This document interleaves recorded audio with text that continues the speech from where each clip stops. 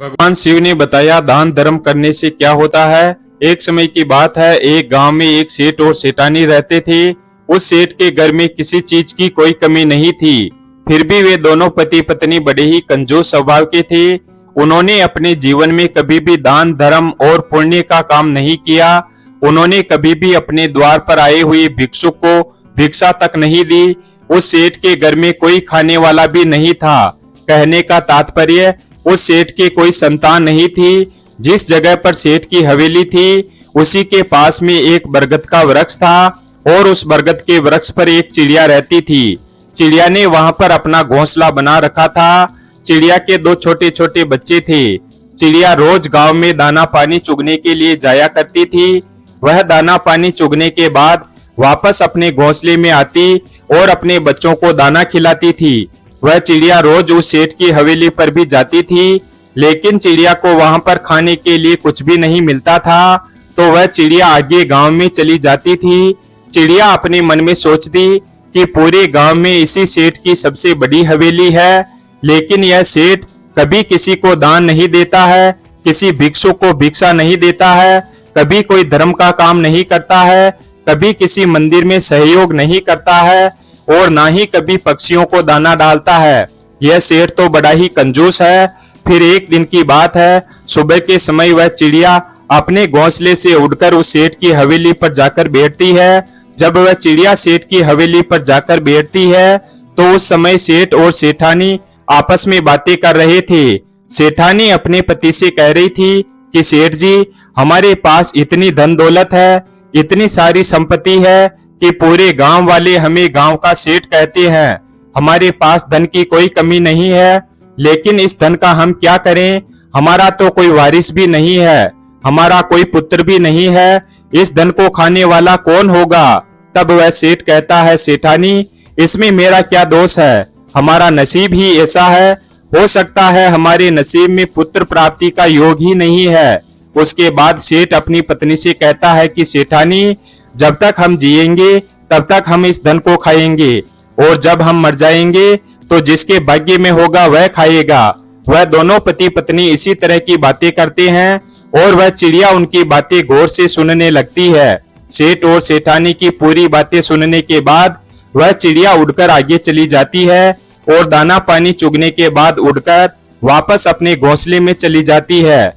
अब वह चिड़िया रोज सेठ की हवेली पर जाने लगी और उनकी सारी बातें सुनने लगी। सेठ की जो पत्नी थी सेठानी, वह बड़ी ही अच्छे स्वभाव की थी। उसके दिल में दया और धर्म भी था। जब सेठानी रोज उस चिड़िया को देखती है तो धीरे धीरे उस चिड़िया से सेठानी को लगाव हो जाता है। फिर वह सेठानी सेठ से छुप छुप कर चिड़िया को दाना डालने लगी और वह चिड़िया दाना चुगती। ऐसे ही कुछ समय बीत जाता है। फिर एक दिन चिड़िया अपने मन में सोचती है कि यह सेठानी तो बहुत ही अच्छी है, यह मुझे रोज दाना भी खिलाती है, लेकिन उसके घर में कोई पुत्र नहीं है। तब वह चिड़िया अपने मन में सोचने लगती है कि ऐसा क्या किया जाए कि सेठानी के घर में पुत्र का जन्म हो जाए। चिड़िया अपने मन में सोचती है कि एक औरत जब तक मां नहीं बनती है उसका औरत होना ही बेकार है। चिड़िया सोचती है कि औरत का दुख औरत ही समझ सकती है। औरत का जीवन ही तब सफल होता है जब वह मां बनती है। औरत को सबसे ज्यादा सुख तब मिलता है जब वह मां बनती है। यह सोचकर वह चिड़िया बड़ी दुखी हो जाती है और कहती है कि बहुत सीधी सादी सेठानी है और मुझे रोज दाना भी खिलाती है। ऐसा मैं क्या करूं कि उनके घर में पुत्र की प्राप्ति हो जाए। एक दिन चिड़िया के मन में आता है कि क्यों ना मैं देवों के देव महादेव के पास पहुंचकर उस सेठ और सेठानी की अर्जी लगाऊं। यही सोचकर वह चिड़िया अपने पति चिड़ा से कहती है कि पिया जी, मैं कुछ दिनों के लिए कहीं जा रही हूँ, आप हमारे बच्चों का ख्याल रखना और उन्हें समय समय पर दाना पानी देते रहना। इतना कहने के बाद वह चिड़िया अपने घोंसले से उड़ान भरती है और भूखी प्यासी उड़ती हुई वह चिड़िया अंत में कैलाश पर्वत पर पहुंच जाती है, जहां पर देवों के देव महादेव और माता पार्वती विराजमान थे। वह चिड़िया उड़ती हुई जाकर के माता पार्वती के चरणों में गिर जाती है। चिड़िया माता पार्वती के चरणों में गिरते ही बेहोश हो जाती है। फिर माता पार्वती उस चिड़िया को अपने हाथों में उठाती है और चिड़िया से कहती है, हे चिड़िया, तुम कहां से आई हो? तुम बहुत परेशान लग रही हो। क्या बात है, मुझे बताओ। फिर वह चिड़िया माता पार्वती से कहती है कि हे माता, मैं बहुत दुखी हूँ और मैं बहुत दूर से आई हूँ। मैं अपने दुख से दुखी नहीं हूँ, मैं किसी और के दुख से दुखी हूँ। माता पार्वती कहती है कि हे चिड़िया, तुम क्यों दुखी हो, मुझे साफ साफ बताओ। तब चिड़िया कहती है कि हे माता, जहाँ पर मैं रहती हूँ वहां पर एक सेठ और एक सेठानी भी रहते हैं। उनका कोई पुत्र नहीं है और वह सेठानी बहुत ही अच्छी है। इतनी सी बात कहकर वह चिड़िया फिर से बेहोश हो जाती है।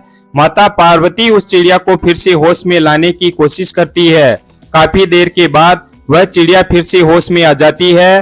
तब माता पार्वती उस चिड़िया को कुछ दाना पानी खिलाती है। माता पार्वती कहती है कि हे चिड़िया, तुम चिंता ना करो, अभी भगवान शिव ध्यान में लीन है। जब थोड़ी देर बाद उनका ध्यान टूटेगा तो हम उनसे बात करेंगे। फिर थोड़ी ही देर बाद भगवान शिव अपनी साधना से उठते हैं। माता पार्वती उस चिड़िया को अपने हाथों में लेकर महादेव के पास जाती है और कहती है, हे स्वामी, जिस गांव में यह चिड़िया रहती है उसी गांव में एक सेठ और सेठानी रहते हैं। क्या उनके भाग्य में पुत्र की प्राप्ति है या नहीं? तब महादेव ध्यान लगाकर देखते हैं और कहते हैं कि हे देवी, उनके भाग्य में कोई पुत्र की प्राप्ति नहीं है। तब माता पार्वती कहती है कि हे स्वामी, अगर उनके भाग्य में पुत्र नहीं है तो आपको पुत्र देना होगा। भगवान शिव कहते हैं, हे देवी, तुम जिद क्यों करती हो? अगर उनके भाग्य में पुत्र की प्राप्ति नहीं है तो मैं उन्हें पुत्र कैसे दे सकता हूँ? लेकिन माता पार्वती जिद करती है और कहती है, स्वामी, यह चिड़िया बहुत ही दूर से आई है और यह आशा लेकर आई है कि हम इसकी मदद जरूर करेंगे। माता पार्वती कहती है कि हे स्वामी, यह चिड़िया बहुत दूर से आई है, हम इसे खाली हाथ नहीं भेज सकते। यह बात सुनते ही महादेव कहते हैं कि हे देवी, तुम हर बार जिद करती हो और मुझे हर बार तुम्हारी जिद पूरी करनी पड़ती है। ठीक है, अगर तुम जिद कर रही हो तो सेठ और सेठानी को मैं एक पुत्र जरूर दूंगा, परंतु तुम एक बात इस चिड़िया से कह दो कि वह सेठ और सेठानी कोई दान नहीं करते हैं, कोई भी पुण्य का काम नहीं करते हैं, कोई भी पुराण वेद शास्त्र नहीं पढ़ते हैं, वह दोनों नास्तिक है।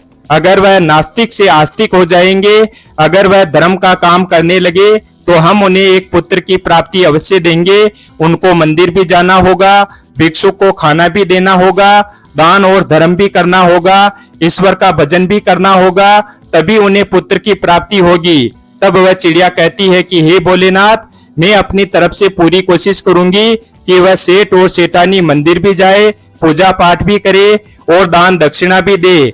उसके बाद भगवान शिव कहते हैं तथास्तु। उसके बाद वह चिड़िया भगवान शिव और माता पार्वती को प्रणाम करती है और वहां से चल देती है। चिड़िया उड़ते उड़ते अपने घोंसले में आ जाती है और उसके 9 महीने के बाद सेठानी को एक सुंदर पुत्र की प्राप्ति होती है।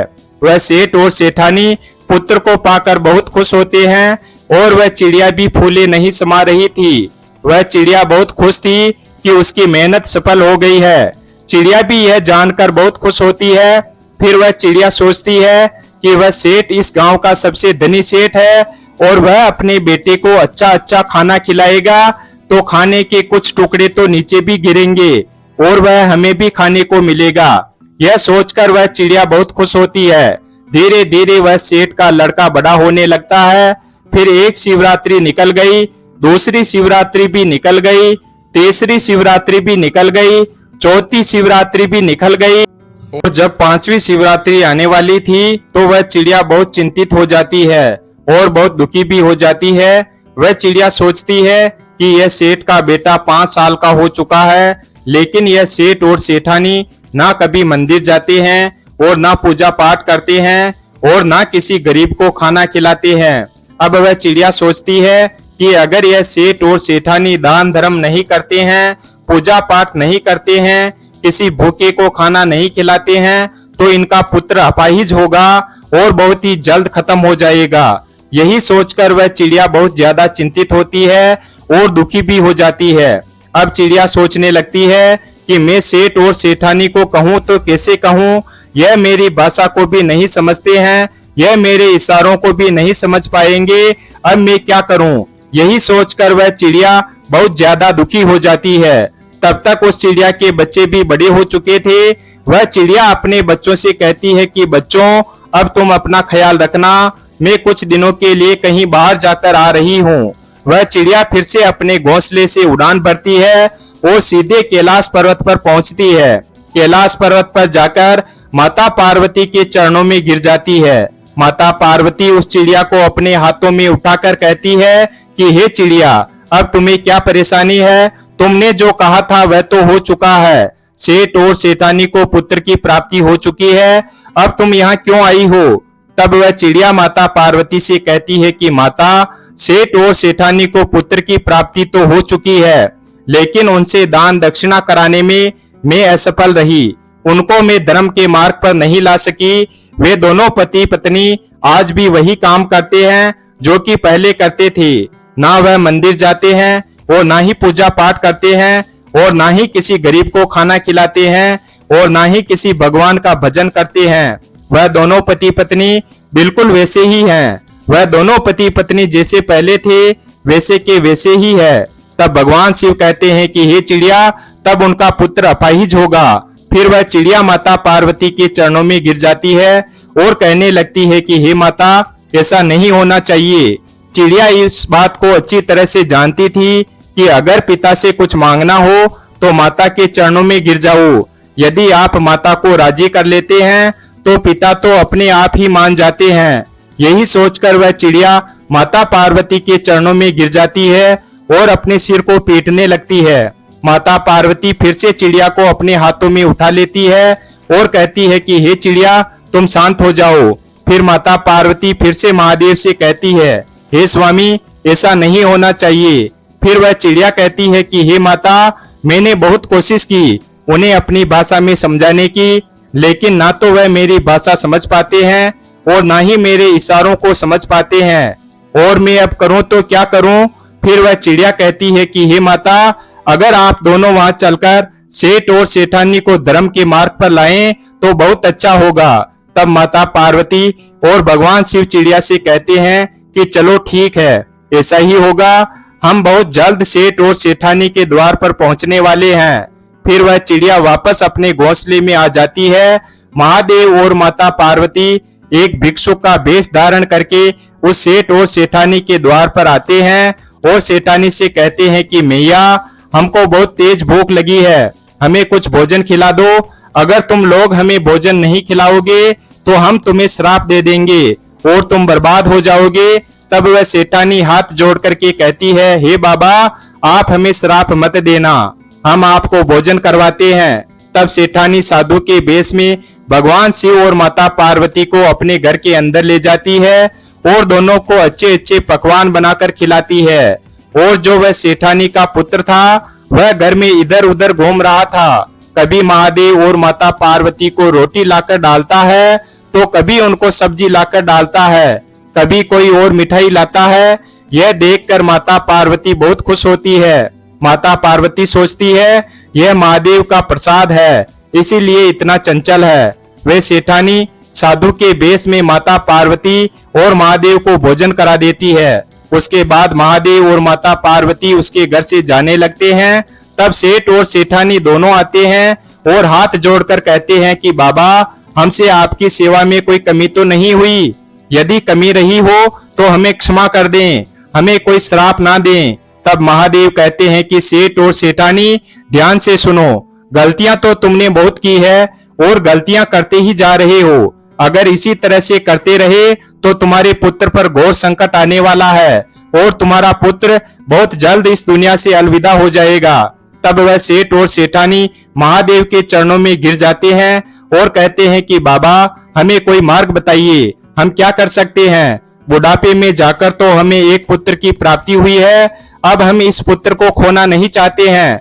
तब महादेव कहते हैं कि खड़े हो जाओ और ध्यान से सुनो, आज के बाद अगर कोई तुम्हारे द्वार पर आता है तो वह खाली हाथ नहीं जाना चाहिए। दान धर्म करो, पूजा पाठ करो, लोगों की सहायता करो, गरीबों को खाना खिलाओ, परेशान जीव जंतुओं को खाना खिलाओ, ईश्वर की भक्ति करो, ईश्वर के भजन करो। तब वह दोनों पति पत्नी हाथ जोड़कर भगवान के चरणों में गिर जाते हैं और कहते हैं कि हे बाबा, हम ऐसा ही करेंगे। और महादेव सेठ और सेठानी से कहते हैं कि जो पुत्र आज तुम्हारे घर में खेल रहा है यह तुम्हारी मेहनत से नहीं है, यह तो तुम्हारे नसीब में था ही नहीं, यह तो एक चिड़िया की मेहनत है। जो तुम्हारे यहाँ से उड़ करके कैलाश पर्वत पर पहुंची और भगवान शिव और माता पार्वती से विनती करके इस पुत्र को तुम्हारे लिए मांगा है। यह तो उस चिड़िया की भक्ति का फल है जो आज तुम्हारे घर में खेल रहा है। तब वह सेठ और सेठानी कहते हैं कि बाबा वह चिड़िया कौन सी है।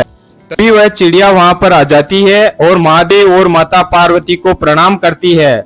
वह दिन महाशिवरात्रि का था जिस दिन महादेव और माता पार्वती सेठ और सेठानी के घर आए थे। सेठ और सेठानी के घर महादेव और माता पार्वती अपना असली रूप धारण करते हैं और सेठ और सेठानी को अपना दर्शन देते हैं। उस चिड़िया का महाशिवरात्रि सफल हुआ। बड़े ही धूमधाम से वह सेठ और सेठानी अपनी शिवरात्रि मनाते हैं। उनकी शिवरात्रि सफल हो जाती है। वीडियो अगर पसंद आया हो तो वीडियो को लाइक और हमारे चैनल शिव भक्त को सब्सक्राइब करें और अपने दोस्तों के साथ शेयर करें। धन्यवाद। और कमेंट बॉक्स में हर हर महादेव अवश्य लिखें और कमेंट